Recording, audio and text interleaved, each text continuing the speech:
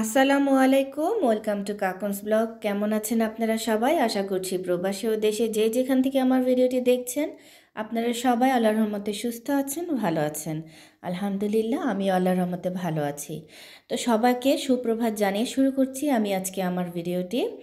তো আমার আজকের ব্লগে আপনারা দেখতে পাবেন আজকে আমাদের এই অনুশংসিক শহরে কিভাবে ইউল এবং নতুন বছরের আগে সুন্দর করে সাজানো হয়।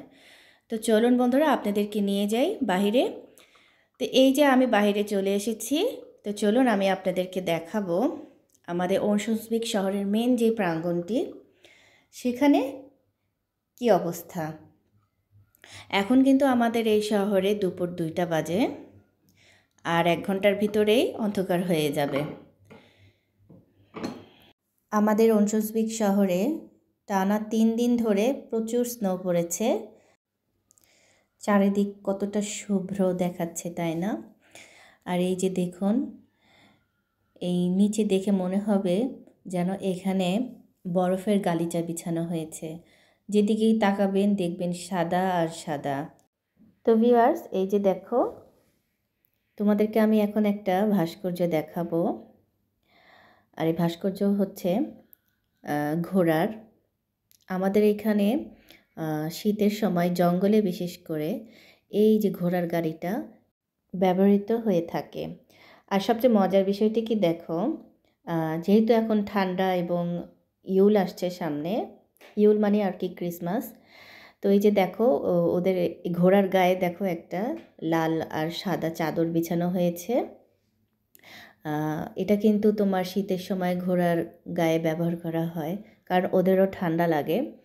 এবং মাথায় একটা টুপি পরানো হয়েছে, দেখতে খুবই সুন্দর লাগছে। তো বন্ধুরা, আশা করছি আপনাদেরও ভালো লেগেছে। তো এখন আমি আপনাদেরকে দেখাবো আমাদের অনুশংসিক শহরে কিভাবে সাজানো হয়েছে। তো চলুন দেখতে থাকুন। তো ভিউয়ার্স, এখন এই যে দেখতে পাচ্ছেন কি পরিমাণ বরফ পড়েছে আমাদের এখানে। আমার তো খুব ভালোই লাগে উইন্টারে।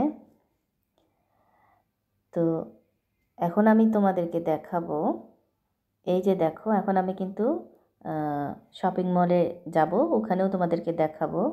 তো এই যে দেখো, লাইটিং করা হয়েছে কি সুন্দর করে। এই যে দেখো ক্রিসমাস ট্রিতেও তোমার লাইটিং করা হয়েছে।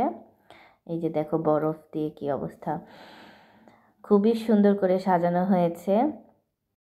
সুইডেন তথা পৃথিবীর অন্যান্য দেশ, ইউরোপের অন্যান্য দেশগুলোতেও কিন্তু ইউলের সময় এবং নতুন বছরের সময় সাজানো হয়ে থাকে। তো বন্ধুরা, কথা বলতে বলতে আমি এখন চলে এসেছি আমাদের শপিং মলের ভিতরে। তোমরা দেখতে পাচ্ছ, এই যে দেখো, এটা হচ্ছে একটা তোমার কাপড়ের শোরুম, এটা হচ্ছে মেকআপ আইটেমের শোরুম। তো চলো আমি ভিতরটা দেখাই তোমাদেরকে।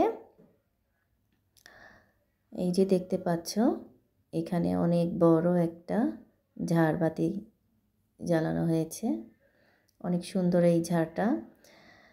এই যে পাশ দিয়েও লাইটিং করা হয়েছে। তারপরে এই যে দেখো, নিচে একটা ক্রিসমাস ট্রি বানানো হয়েছে। এই যে দেখো, প্রেজেন্ট বক্স।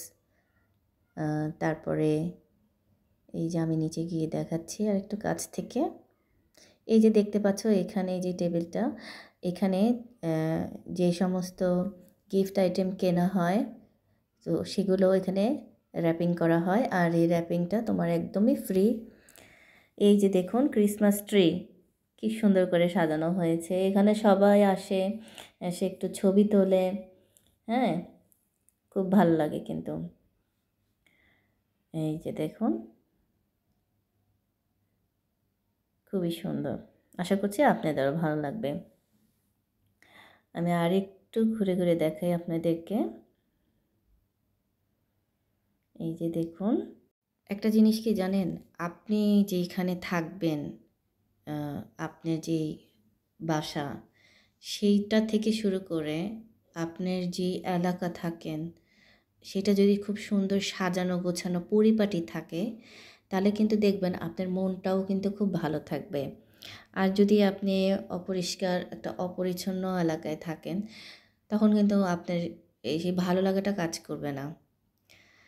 আমার কাছে খুবই ভালো লাগে। আমার এই শহরটা খুবই সুন্দর, সাজানো গোছানো, খুবই ভালো লাগে। তো বন্ধুরা, কথা বলতে বলতে চলুন এখন আমি আপনাদেরকে যেখানে যে ভিডিওটা দেখাবো, এটা হচ্ছে আমার বান্ধবীর বাসার সামনে। তো আমি ওর সাথে দেখা করতে গিয়েছিলাম। তো এই যে দেখুন বরফ পড়ে কি অবস্থা, রাস্তাঘাট কিন্তু খুবই আপনার স্লিপি হয়ে গেছে। খুব সাবধানতার সাথে হাঁটতে হয়। একটু অসাবধানতা হলেই কিন্তু পা পিছলে পড়ে গিয়ে একদম হাত পা ভেঙে যাবে। তো আমাদের এইখানে কিন্তু যত বরফই পড়ুক না কেন, যত ঝড় বৃষ্টি হোক না কেন, বাইরে তো আমাদের যেতেই হবে, যেহেতু কাজ করি, বাচ্চারা স্কুল করে, ওদেরকে নিয়ে যেতে হয়। তো এটাই আমাদের জীবন। জীবন মানেই কষ্ট, এই কষ্ট করেই বেঁচে আছি। আর প্রবাসীর জীবন তো একদমই সহজ নয়। এখানে আমাদের সবাইকে কষ্ট করে চলতে হয়, কারণ এখানে মা নাই, বোন নাই, ভাই নাই, আত্মীয় স্বজন কেউ নাই আমাদের দেখার মতো। অসুস্থ হলেও আমাদের কিন্তু দেখার মতো কেউ নাই। তো যার কারণে নিজেকেই যুদ্ধ করতে হয়। এই যে দেখো কি পরিমাণের বরফ, এই যে দেখো আমি একটু তোমাদের পা দিয়ে দেখাচ্ছি। এই যে দেখো আমার পা কিন্তু একদম ডুবে যাবে। এই যে দেখো, যখন অনেক বরফ পড়ে ওরা তো প্রতিদিন ওই রাস্তা ক্লিন করতে থাকে। তো একটা সময় দেখবে একদম বরফের স্তূপ, লম্বা লম্বা বরফের স্তূপ করে রাখে। হ্যাঁ, তো একদিন আমি সেটাও দেখাবো ইনশাআল্লাহ। তো সে পর্যন্ত সবাই দোয়া করো আমার জন্য। তো বান্ধবীর বাসার থেকে এখন বাসায় চলে যাচ্ছি। এই যে দেখো কি সুন্দর করে লাইটিং করা হয়েছে। আর এই যে দেখো এখানে খ্রিস্টানদের যে তমতে থাকে, সেই তমতেটা বানানো হয়েছে। তো ভিউয়ার্স, আমার আজকের ব্লগটি যদি আপনাদের ভালো লেগে থাকে তাহলে আমাকে সবাই লাইক, কমেন্ট, শেয়ার করে আমার পাশে থাকবেন এবং সাবস্ক্রাইব করবেন এবং পাশে থাকা বেল আইকনটি চাপ দিবেন। সেই সঙ্গে সবাই ভালো থাকবেন, সুস্থ থাকবেন। আর তারই সাথে আমার আজকের ব্লগটি আমি এখানেই শেষ করছি। সবাই ভালো থেকো, সুস্থ থেকো। আল্লাহ হাফেজ।